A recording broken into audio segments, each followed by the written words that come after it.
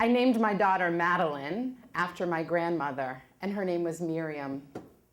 And when I named my daughter Madeline after my grandmother, when I was thinking about it, I decided not to give her the name Miriam, either in her English name or in her Hebrew name, because although my grandmother was a really loving and wonderful person, she was a tough cookie. My grandmother was in probably the 1920s and 1930s when she was very young. She was a communist. She used to tell me she was a communist, and she went to places to drink, and she had a good time when she was younger. And she was a New Yorker, very tough. In fact, when she was older, she had that like 1940s hairdo that was like it was black, jet black, except when she was in her 60s, there was a white streak that went right through it like a skunk, kind of like a skunk. She was tough. And when we would go out to dinner, she would order a meal, and she'd always, whatever it was, if she didn't like it just a little bit, she'd send it back.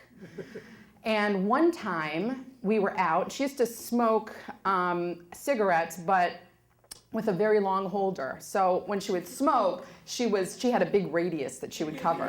And I loved it one time, we were at a very fine restaurant, and she was smoking, darling, and she was talking and smoking, and she was gesticulating, and there was a woman with a silk blouse right next to her, a green silk blouse, and she burned a hole in this woman's silk blouse. And the thing about my grandmother is she's so tough that she accused that woman of stepping into her cigarette. She was tough, but she loved me so much. When I was a little kid, I gave her a pair of yellow plastic beads that I bought. I think they were probably about $2.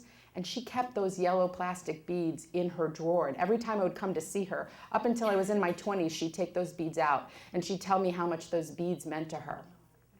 She loved me so much that when I had my bat mitzvah, I wrote her a thank you note telling her how much it meant to me that she was there, and also my grandfather, he died, I think I was 6 months old, and I wrote in there how much I missed him, I missed learning about him, and she kept that note, and she framed it. Well, first she kissed it. She had red lipstick all the time. So she kissed it on the outside of the note, and she wrote, "I will always love you, Michelle." And she framed it, and she put it in her safety deposit box so that after she died, I got it back. It's amazing. So when I went to have my first child, Madeline, I was in the hospital. It was New York Presbyterian. Maxine remembers that day well. New York Presbyterian. And it was a big city hospital, first baby, and I was going to do something really crazy that I don't recommend, which is natural childbirth. Don't try this. Very painful. So I was in labor, and finally, at the end of the process, I had understood from my mother, who tried natural childbirth and succeeded, that at the end of it, there would be no more pain. But that's not true, because at the end of it, there's a couple more things. I don't want to talk about what they have to do to you afterwards. But what happened was I was shaking. By the way, it was 2 o'clock in the morning, and I was shaking. And they don't tell you shake. It has something to do with the hormones, right? Something to do with the hormones. I was freaking out. I was shaking. I was cold. It was 2 o'clock in the morning in the big city hospital, and my husband decided that he had to go home. And I'm not going to tell you why, but my mother-in-law is sitting here. She knows why. Well, I'll tell you. He had to take his mother home. And I said, "You're going to leave me here in the hospital?" And it was a big city hospital. You didn't have private rooms. So I'm rolled into my room. My husband's, going to come, and he's going to make sure I'm okay, and then he's going to go home.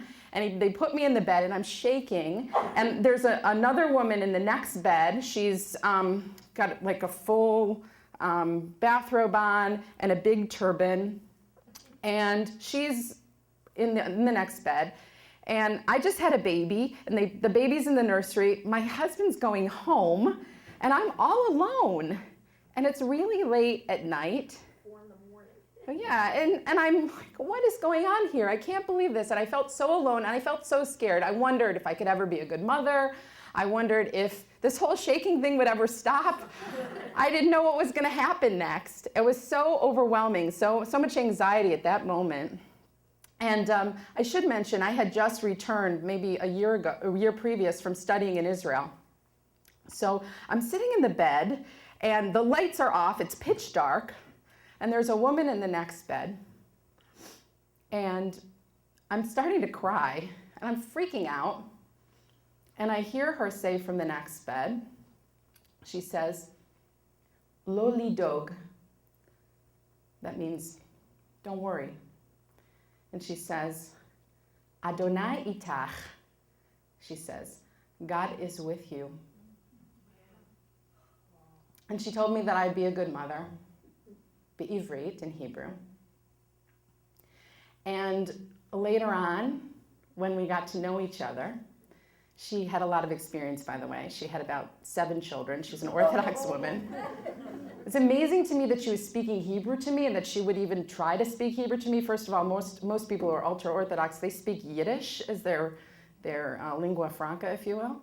So the fact that she spoke Hebrew was very powerful, and she spoke Hebrew to me and I understood her.